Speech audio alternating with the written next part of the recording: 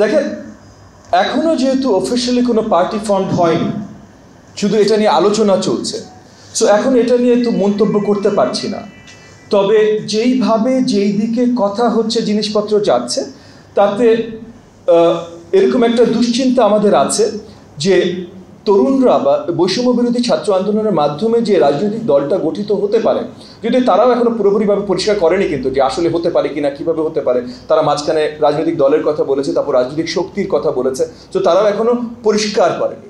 তবে যদি সেটার মাধ্যমে হয় এবং বৈষম্য বিরোধী ছাত্র আন্দোলন যেভাবে এখনো সরকারের পৃষ্ঠপোষকতায় বা সম্পৃক্ততায় কাজ করছে, এটা অত্যন্ত দুঃখজনক হবে যদি এটার মাধ্যমে ডিরেক্টলি একটা পার্টি ফরমেশন হয়। কারণ তখন সেটার বাকি যা ক্যারেক্টারিস্টিক্স থাকবে, সেটাকে ওই ক্যারেক্টারিস্টিক্সগুলো আলা পার্টিকে আমরা নর্মালি এই কিংস পার্টি ধরনের নামকরণ করে থাকি। এটা অত্যন্ত দুঃখজনক হবে।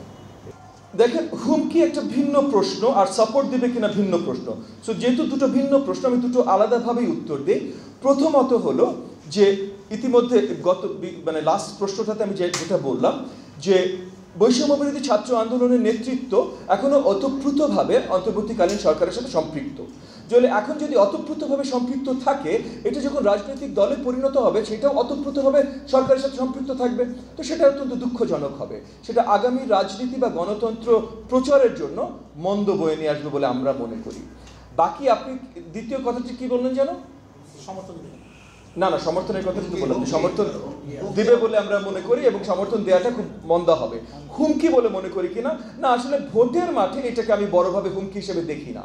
তবে এই যে ভালো যে পসিবিলিটিগুলো তৈরি হচ্ছিল, নতুন তরুণরা রাজনীতিতে আসা, তারা নিজেদের দল করুক বা অন্য আমাদের সব দলে এসে সম্পৃক্ত হোক, বাট এই যে নতুন একটা পসিবিলিটি তৈরি হচ্ছিল, যেটার মাধ্যমে একটা অপটিমিজমের তৈরি হচ্ছিল যে জনগণের বিভিন্ন সেক্টরের আরও অপশনস তাদের হাতে চলে আসবে। কারণ গণতান্ত্রিক অধিকার মানেই কিন্তু অপশনসের অধিকার, যেন আপনি এই পার্টিকে দিব না ওই পার্টিকে দিব, কোনটা আমার জন্য বেশি কাজ করবে, এই যে এই অপশনসের অধিকার, সেটা ক্ষীণ হয়ে আসবে।